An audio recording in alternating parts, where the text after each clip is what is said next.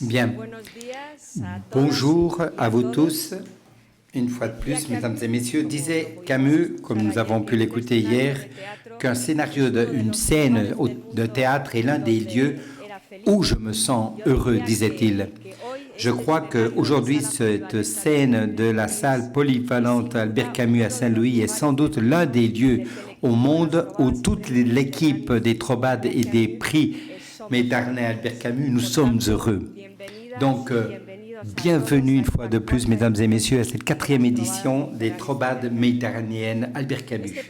Ce projet-ci, comme vous le savez, ce qui est déjà venu, a commencé en 2017 pour célébrer le prix Nobel d'Albert Camus. Et depuis la première année, on avait décidé que lors de chacune de ces éditions, on puisse être gouverné par la pensée, évidemment, de notre guide, de notre boussole, mais aussi par certaines figures mythiques, comme vient de le dire Miguel Ángel. Comme il disait, Camus, les mythes n'existent pas par eux-mêmes, ils attendent qu'on puisse les réincarner. Donc ces figures mythiques, nous les avons situées en face de chacune de ces éditions, non pas pour nous éloigner de la réalité du monde, au contraire. Comme ceci a été dit par Miguel Ángel, en 2017, nous étions sous le signe de Ithaque. En 2019, nous étions protégés par Prométhée pour explorer les chemins de la révolte. Et en 2022, c'était le signe de Némèse, signe de la justice, pour comprendre que la seule voie pour éviter la violence inhérente à la rébellion, c'est le dialogue.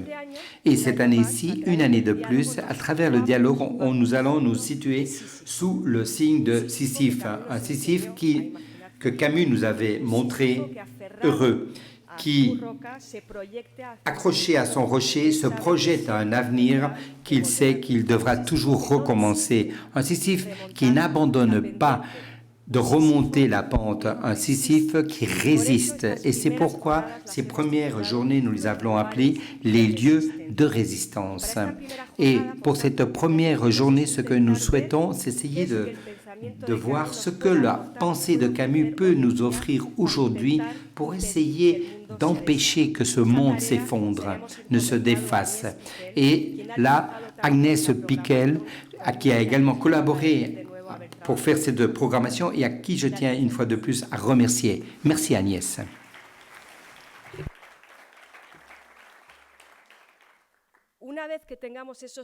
Une fois que nous aurons ces éléments que va nous fournir Agnès pour prendre conscience de notre réalité, pour essayer d'extraire certains éléments critiques pour échapper de cet esprit de soumission et explorer au contraire nos fragilités, toujours à travers la culture, mais une culture qui recherche d'échapper de la culture commerce ou spectacle.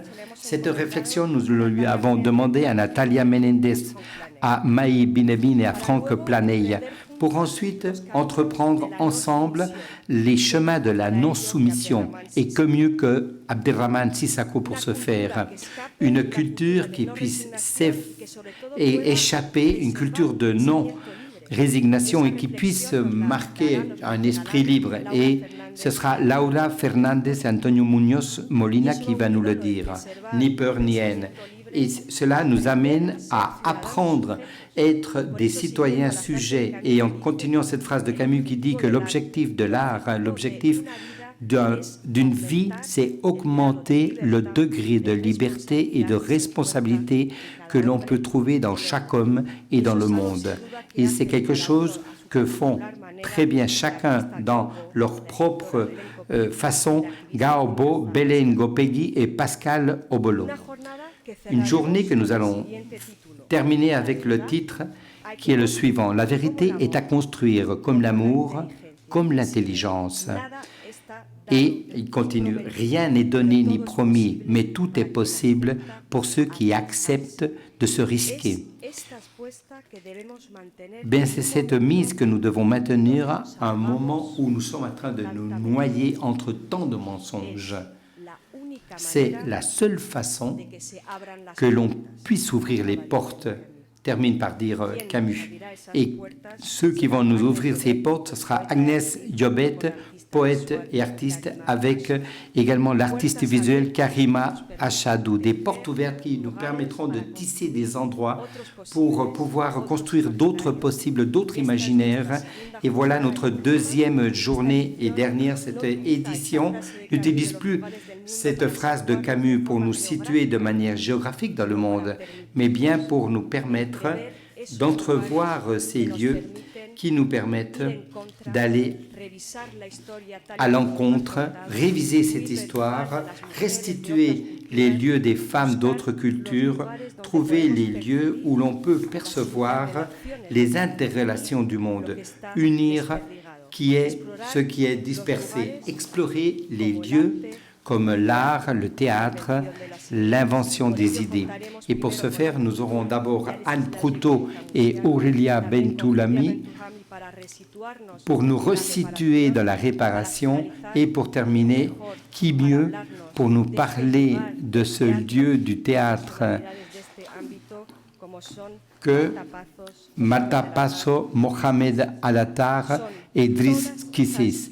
Ce sont toutes ces visions des lieux du monde que nous convoquons aujourd'hui et demain matin ici à Saint-Louis, à Minorque, dans les lieux des origines, à travers le dialogue. Nous allons donc essayer de vous faire sentir cette intensité de notre engagement dans toutes les éditions et aussi ici de tout donner dans le présent. Bienvenue une fois de plus au Trobad.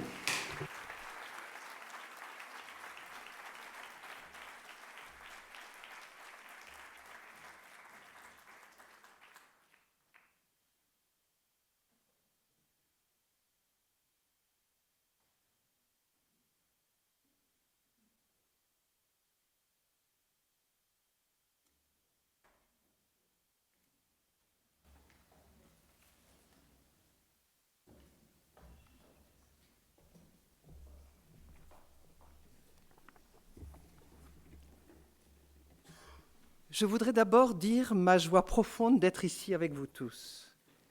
Merci aux Trobadès, à ceux qui les ont pensés et préparés et qui nous accueillent si bien. Merci Miguel Onrel, merci Sandra, du fond du cœur. Et ce matin, je pense à Michel Barré, l'ami fidèle que nous regrettons. Empêcher que le monde ne se défasse. On rappelle souvent que Camus dédie à son instituteur ses discours de Suède quand il les publie. On rappelle moins souvent que dans le discours de Stockholm lui-même, en décembre 1957, il reporte l'honneur qui vient de lui être fait avec le prix Nobel de littérature sur toute sa génération, qui, dit-il, mérite d'être saluée et encouragée, car sa tâche est immense. Je cite Camus, « Chaque génération, sans doute, se croit vouée à refaire le monde. La mienne sait pourtant qu'elle ne le refera pas. Mais sa tâche est peut-être plus grande. Elle consiste à empêcher que le monde ne se défasse. » Ma tâche ce matin est de faire résonner ces mots dans toute leur ampleur. Cette génération de Camus, née dans les années 1910, est arrivée à l'âge adulte au moment de la montée des fascismes et de la guerre d'Espagne, a connu la Deuxième Guerre mondiale, a vu s'installer l'univers concentrationnaire et a été témoin de la puissance de destruction de la bombe atomique. Certes, la situation n'est pas exactement la même 70 ans plus tard. Mais les mots de Camus, définissant l'héritage de sa génération, sont étrangement actuels. Écoutez. Héritière d'une histoire corrompue où se mêlent les révolutions déchues, les techniques devenues folles, les dieux morts et les idéologies exténuées, où de médiocres pouvoirs peuvent aujourd'hui tout détruire, mais ne savent plus convaincre, où l'intelligence s'est abaissée jusqu'à se faire la servante de la haine et de l'oppression, Cette génération a dû, en elle-même et autour d'elle, restaurer à partir de ses seules négations un peu de ce qui fait la dignité de vivre et de mourir. » Fin de citation. C'est en 1957 qu'il fait ce constat amer et en même temps ce constat plein d'espoir, car cette génération a déjà entamé sa tâche. Empêcher que le monde ne se défasse. Depuis l'après-guerre, Camus porte un regard lucide sur la France, sur l'Europe, sur le monde. Et il utilise tous les moyens à sa disposition, dont le journalisme, pour dénoncer les forces de désintégration et de mort qui y sont à l'œuvre. Mais dans le même souffle, il affirme des valeurs au nom desquelles il peut dessiner des perspectives, ouvrir des voies. Et c'est en artiste qu'il le fait. La conférence d'Uppsala, qui suit de quelques jours le discours de Stockholm, s'intitule « L'artiste et son temps ». Dans ce parcours que je vous propose ce matin à travers Camus, à chaque pas, vous entendrez sans peine les échos avec le monde d'aujourd'hui. En 2023, comme en 1957, il s'agit de se forger un art de vivre partant de catastrophes. Empêcher que le monde ne se défasse, c'est d'abord vivre à plein. Le constat selon lequel le monde se défait n'est pas neuf chez Camus. Né en 1913, orphelin d'un père tué au début de la Première Guerre mondiale, il grandit dans une Algérie où le bonheur de vivre ne masque pas l'injustice du système colonial, injustice dans laquelle la France est en train de renier ses propres valeurs. Pendant la Seconde Guerre mondiale, il entre dans la résistance par le réseau Combat, devenant un des piliers du journal du même nom. À la Libération, il apparaît comme un des porte-paroles de la résistance par sa plume de journaliste, puis par la publication de ce roman « La peste », qui est reçu comme une allégorie de la résistance. Ces textes de l'immédiate après-guerre sont traversés par les thèmes que déploiera 10 ans plus tard le discours de Stockholm. En plus des nombreux éditoriaux qu'il donne dans le journal Combat, 2 textes sont particulièrement marquants, et je les indique à cause de leur titre. Une conférence qu'il donne aux États-Unis en 1946 sous le titre « La crise de l'homme » et une série de 8 articles qu'il publie dans Combat la même année sous le titre « Ni victime, ni bourreau ». Je vais bien sûr m'appuyer beaucoup sur ces textes. Ce que Camus met clairement en avant, c'est le fait que l'instinct de mort est à l'œuvre dans l'histoire, en particulier dans l'histoire de la civilisation occidentale. Déjà, avec ses lettres à un ami allemand écrites pendant la Seconde Guerre mondiale et publiées en 1945, il montrait le nazisme comme le fruit de cet instinct de mort devenu dominant. Dans les textes suivants, il montre comment cet instinct a inauguré un siècle de la peur, dont il cherche les causes et les implications. Il dénonce une rage de destruction jamais atteinte, jamais connue dans l'histoire de l'humanité, une science utilisée pour le meurtre organisé par des États qui sèment la terreur pour asseoir leur domination. Le 8 août 1945, au moment où les pays occidentaux approuvent massivement la décision des États-Unis de larguer la bombe sur Hiroshima, Camus, au contraire, et ils ne sont pas très nombreux, la condamne comme terrorisme d'État. Je cite son éditorial de Combat. « Nous nous résumerons en une phrase. La civilisation mécanique vient de parvenir à son dernier degré de sauvagerie. Il va falloir choisir, dans un avenir plus ou moins proche, entre le suicide collectif et l'utilisation intelligente des conquêtes scientifiques. » Fin de citation. Selon lui, la guerre froide qui se met en place dans l'après-guerre n'est pas à terme moins mortelle que l'autre, puisqu'elle se fonde sur l'équilibre des armes dans les 2 camps. C'est tout le développement industriel, et Camus n'a pas connu le développement fulgurant de la finance mondiale. C'est tout ce développement qui porte en lui des germes de mort, car au nom du progrès et en visant l'efficacité, on prend parti, dit-il, pour le meurtre, en considérant que la fin justifie les moyens. Si le monde se défait, dit-il, c'est aussi parce que les êtres humains disparaissent derrière des abstractions. Aujourd'hui, on dirait derrière les chiffres et les sigles et les tableaux. Et on règle l'évolution de ces abstractions sur le mode d'une évidente nécessité. On invoque le sens de l'histoire. Ou plus prosaïquement, on répète, il n'y a pas d'autre solution.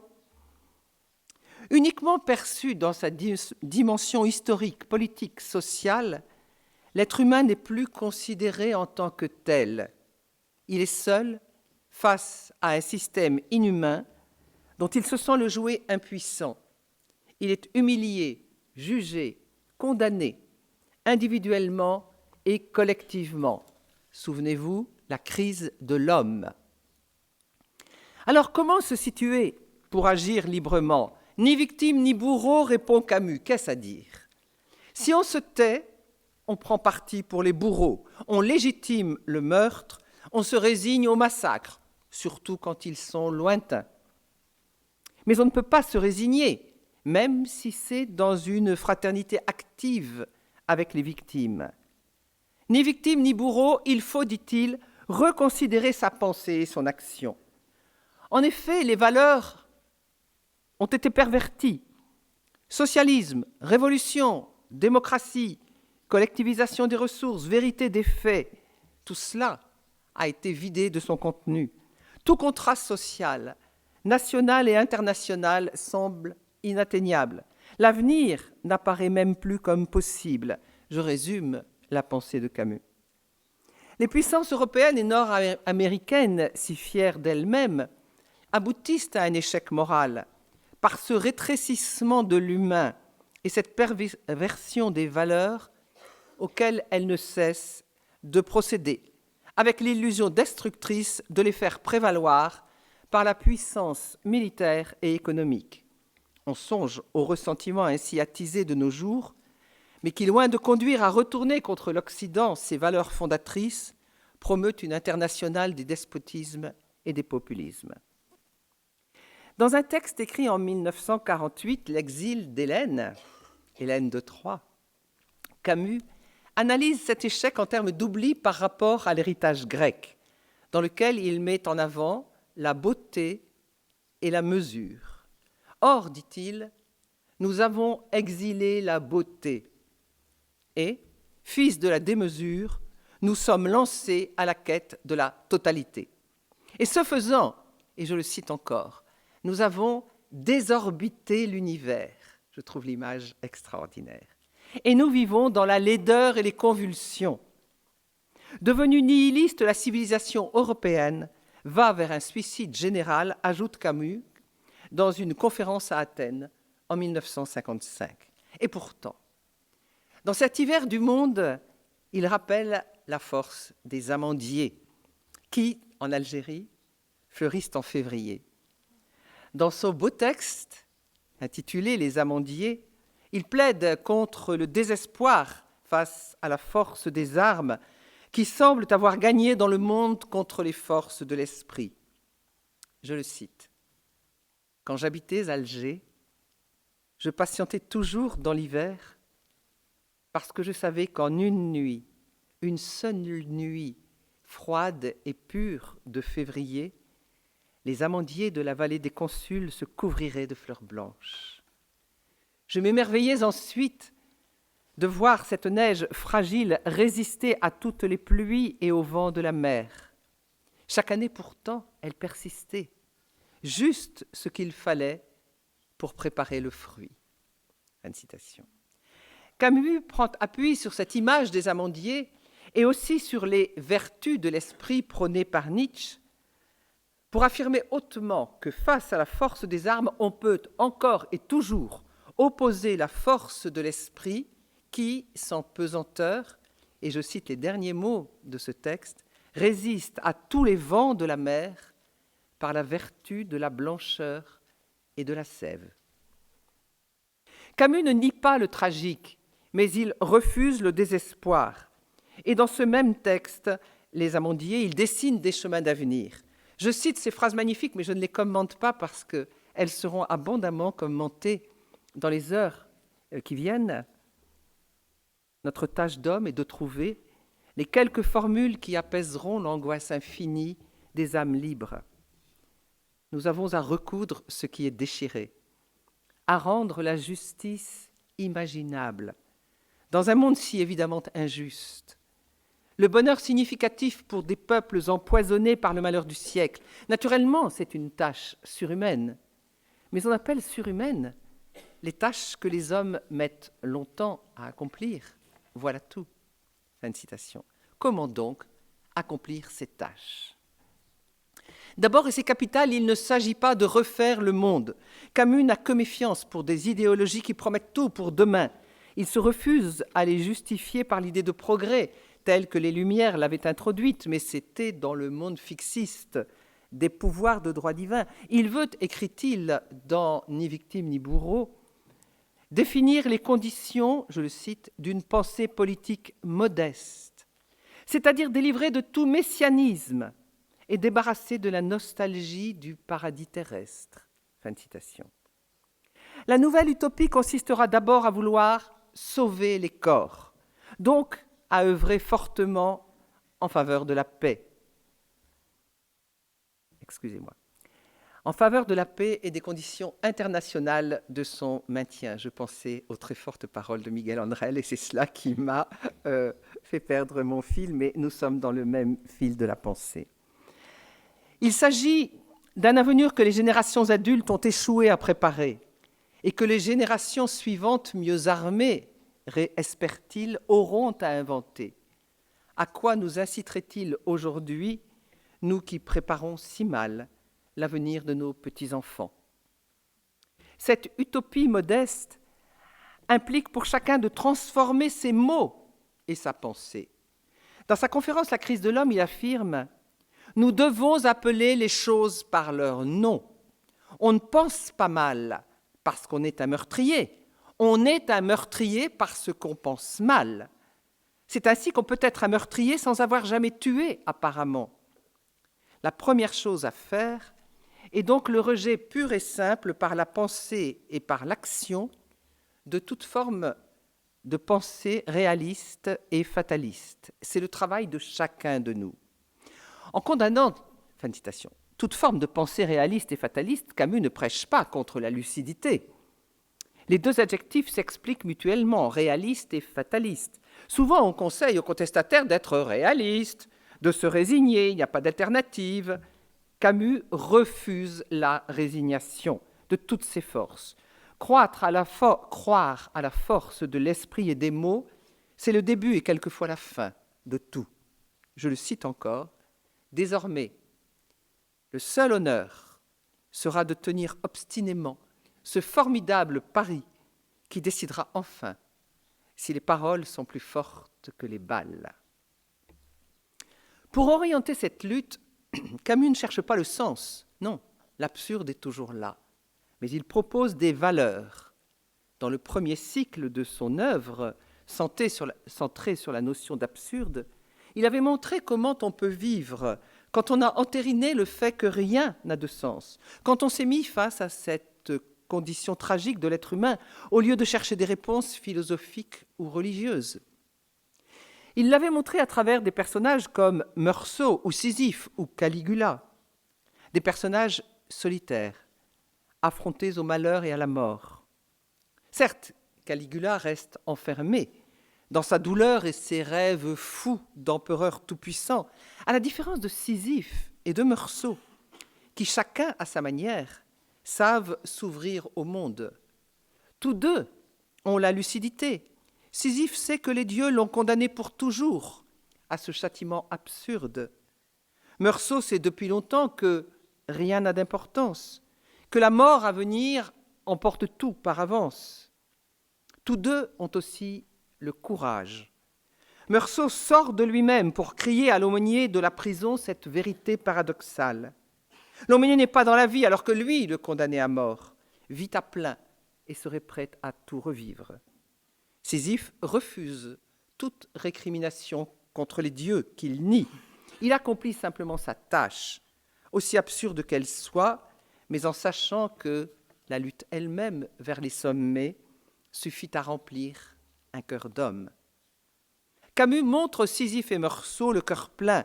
Meursault, tout ouvert au souvenir de sa mère et au monde, peut dire « J'ai senti que j'étais heureux et que je l'étais encore. » Et, vous le savez, il faut imaginer Sisyphe heureux. Valeurs, donc, qui étaient présentes dans ce premier cycle de l'absurde, mais qui peuvent soutenir la lutte contre les forces de désintégration et de mort à l'œuvre dans le monde, Camus les illustre dans son cycle de la révolte, dans son roman La Peste ou dans sa pièce de théâtre L'état de siège. Il a montré des personnages qui se battent ensemble, cette fois, contre le mal qui frappe les hommes, que ce soit sous la forme d'un virus, d'un bacille ou d'un dictateur. Ils se battent au nom de la fraternité, car ils partagent le sort commun. Le chroniqueur de La Peste ne peut qu'être un des Oranais, enfermé dans la ville pestiférée. Diego, dans l'état de siège, est frappé du même mal mystérieux que les autres opposants au dictateur.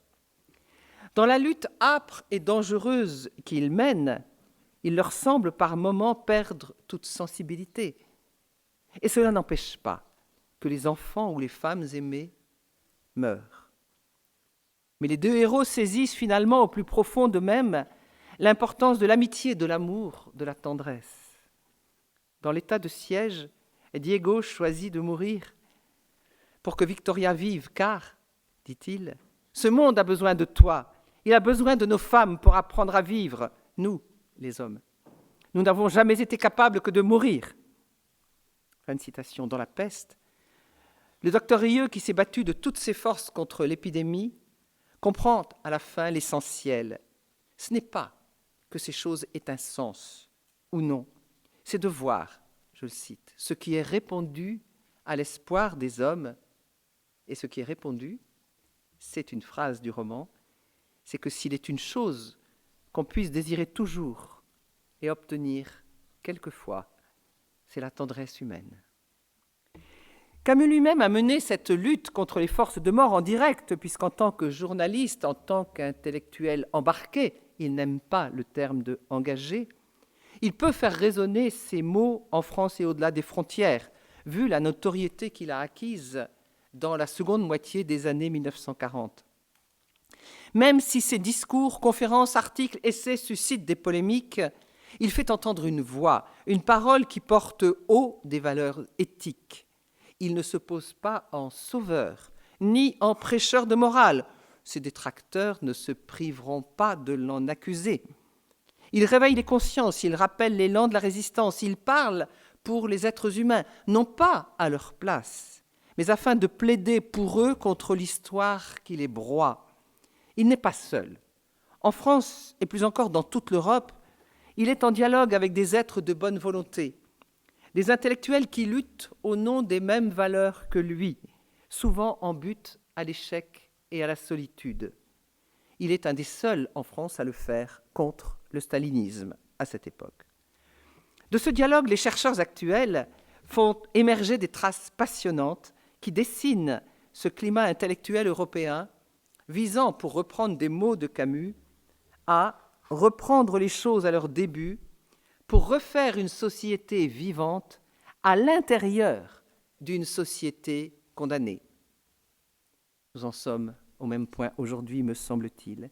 Et à Stockholm, il peut saluer ce que sa génération, je l'ai dit, a déjà fait pour commencer à accomplir cette tâche.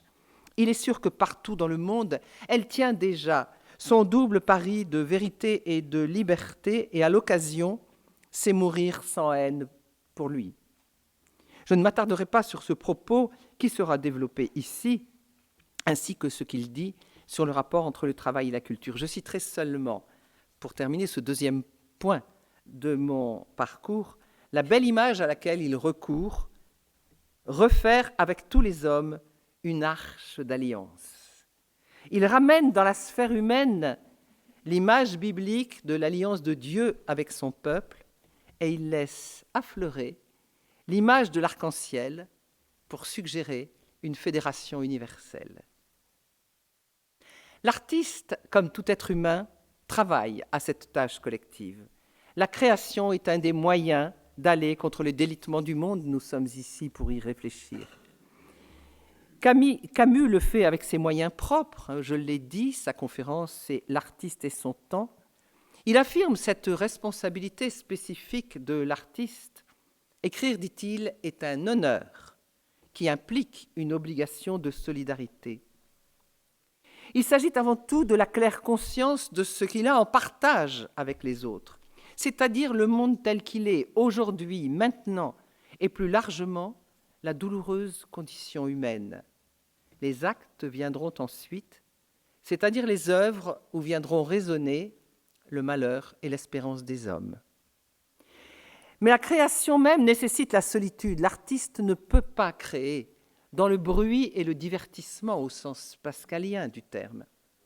La beauté, celle qu'on reçoit autant que celle que l'on crée, exige un âpre face-à-face. Camus médite longuement sur la solitude irrémédiable des vrais artistes. Dans la conférence « L'artiste et son temps », il évoque Nietzsche. Nietzsche, pour lui, est autant un poète qu'un philosophe, ou plutôt, il est un poète-philosophe. Je le cite, « Entrer dans une solitude définitive, écrasé et exalté en même temps par la perspective de cette œuvre immense qu'il devait mener sans aucun secours. » On retrouve là le dilemme sur lequel venait se clore la nouvelle Jonas sur l'artiste au travail dans l'exil et le royaume. Je rappelle, après une période de stérilité, le peintre Jonas retrouve son étoile avant une sorte de passage symbolique par la mort. Mais avant ce passage par la mort, il a peint une toile, je cite, entièrement blanche, vous connaissez, au centre de laquelle il avait seulement écrit en très petits caractères un mot qu'on pouvait déchiffrer, mais dont on ne savait s'il fallait y lire, solitaire ou solidaire. La tension n'est pas, comme on le dit trop souvent, entre un pôle négatif et un pôle positif. Non, l'artiste a un impérieux besoin de solitude, mais il se stérilise, il se coupe des autres. Dans les années 50, Camus vit cette tension sur le mode de l'épuisement personnel. Il passe aussi par de graves moments de doute, à la fois sur son talent de créateur et sur les risques d'imposture qu'il encourt en prenant la parole. Au nom de quoi est-il alors légitime ? Créer, et donc pour lui créer avec des mots, peut-il empêcher que le monde ne se défasse ? Depuis les années 30, il n'a cessé, seul ou en dialogue avec des artistes et des philosophes, de réfléchir à la parole, à sa puissance et à ses impasses. Cette méditation aboutit à la formule choc que l'on trouve dans l'introduction de L'homme révolté, « Parler répare ». Si dans le contexte, il s'agit de l'affrontement de l'homme avec l'absurde, l'expression qui est appuyée par sa construction en chiasme, « parler répare », prend une portée plus grande dans ces années de crise. D'ailleurs, il se répond à lui-même quand, à peu près en même temps que cette phrase, il écrit dans les poèmes en prose de la postérité du Soleil, une œuvre qui ne sera éditée que plus tard, « Parler sépare aussi ». Pour autant, il ne s'agit pas de se taire, mais de parler autrement, de parler à partir d'ailleurs. On le comprend mieux si on lit l'ensemble du très bref poème de la postérité du Soleil. Je le lis. « Le jour s'achève, les feuilles crissent. Ils attendront encore. Tu les aimes mieux d'ici. Parler sépare aussi. » C'est Camus qui écrit ça, dans la postérité du Soleil. La parole n'est pas communication quand elle est mal ajustée. Et il arrive que de loin, on aime mieux, que l'on puisse être en communication plus profonde. Dans ce début des années 50, Camus se pose la question spécifique du régime de parole que peut, que doit choisir l'écrivain artiste pour empêcher que le monde ne se défasse. Depuis la guerre, je l'ai dit, il a eu une parole publique au cœur des luttes et des polémiques. Son œuvre s'est développée selon le parcours philosophique qu'il lui avait assigné avant la guerre le cycle de l'absurde, puis celui de la révolte. Et bien sûr, le cycle de la révolte est traversé par les mêmes thèmes et valeurs que la parole publique. Tu les aimes mieux d'ici. Comment situer cet ici d'où il pourra aimer et parler mieux? À l'évidence, le théâtre y occupe une place importante, puisqu'il en sera amplement question demain. Je ne fais que mentionner ici cet ailleurs, d'où on parle du monde et au monde. Je rappelle seulement que dans les années qui précèdent sa mort accidentelle, Camus travaillait à ce qu'on lui confie un théâtre parisien où il puisse réaliser librement ses projets. Ce devait être fait en 1960. L'ici, d'où il doit et d'où il veut parler, c'est, ne l'oublions pas, à partir de 1954, ce que l'on n'appelle pas encore la guerre d'Algérie, dans laquelle un monde se défait de la pire manière. Camus parle de l'Algérie d'abord sur le monde ancien, la presse, le discours laissé, ou l'intervention directe, comme lors de l'appel pour une trêve civile en Algérie, qu'il lance à Alger en janvier 1956 à l'initiative d'amis libéraux des deux communautés. Mais c'est l'échec. Il rassemble alors l'ensemble des textes qu'il a écrits sur l'Algérie. Cela donne en juin 1958 Chroniques algériennes. Mais ce recueil de 20 ans de textes devient le bilan d'un double échec, celui de la France en Algérie et le sien propre. Il lui faut dire l'Algérie autrement, non pas pour travailler à maintenir un statu quo injuste, inique, mais pour inventer la communauté à venir, pour affirmer qu'elle est possible et souhaitable, même quand elle semble devenue impossible.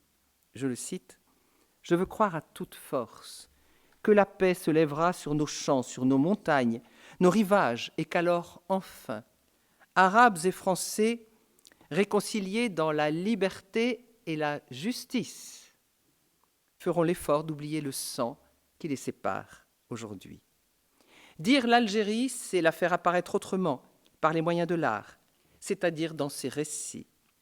De fait, par l'espace-temps et par les personnages, l'Algérie entre concrètement dans les nouvelles de l'exil et le royaume et dans le premier homme. Les dossiers de travail du roman inachevé nous montrent que la question algérienne y aurait été centrale. Mais le roman va plus loin. Il vise une dimension universelle, inhérente à la tâche spécifique de l'artiste. S'il veut empêcher que le monde ne se défasse, l'art doit réunir en faisant retentir le silence. Les mots sont de Camus. Il doit émouvoir le plus grand nombre d'hommes en leur offrant une image privilégiée des souffrances et des joies communes. C'est parce qu'il a compris cela que Camus a déjà amorcé une mutation profonde de son écriture. Écrire de l'intérieur de l'amour, cela change tout. Non seulement il va parler de ce qu'il aime, mais il va écrire autrement, en laissant frémir davantage l'émotion, en laissant affleurer le lyrisme. Il ne s'agit pas de raconter au monde entier sa petite histoire. Il refuse d'ailleurs d'écrire une autobiographie. Mais dans Le Premier Homme, à travers ces quelques anonymes que sont les membres de sa famille, il veut montrer l'être humain écrasé par l'histoire. Comme la mère du protagoniste qui vient d'apprendre la mort de son mari, tué en 1914 à Verdun, je cite, « restée muette et sans larmes pendant de longues heures, à serrer dans sa poche le pli qu'elle ne pouvait lire et à regarder dans le noir le malheur qu'elle ne comprenait pas. » Camus veut témoigner de l'éminente dignité de ces pauvres. Il veut aussi, encore et toujours, mais plus concrètement que dans les essais et les articles, lutter pour, je le cite, préserver la part de l'homme qui n'appartient pas à l'histoire, celle où l'on peut être pleinement humain. Et je conclus. Empêcher que le monde ne se défasse, c'est lutter pour la vérité et la liberté, on le dira amplement dans les jours qui viennent. Mais c'est aussi donner sa chance à la vie et à la joie, découvrir en soi une lumière et en préserver les sources, comme il le dit magnifiquement dans Retour à Tipaza. Et je cite, et vous la connaissez, « Je redécouvrais à Tipaza qu'il fallait garder en soi une fraîcheur, une source de joie, aimer le jour qui échappe à l'injustice et retourner au combat avec cette lumière conquise. Je retrouvais ici l'ancienne beauté, un ciel jeune, et je mesurais ma chance, comprenant enfin que dans les pires années de notre folie, le souvenir de ce ciel ne m'avait jamais quitté. C'était lui qui, pour finir, m'avait empêché de désespérer. Au milieu de l'hiver, j'apprenais enfin qu'il y avait en moi un été invincible. Le monde aujourd'hui se défait, bien plus gravement encore, avec la catastrophe climatique. La tâche des générations à venir est de plus en plus lourde. À nous de leur en donner l'énergie. Camus nous y aide. Je vous remercie.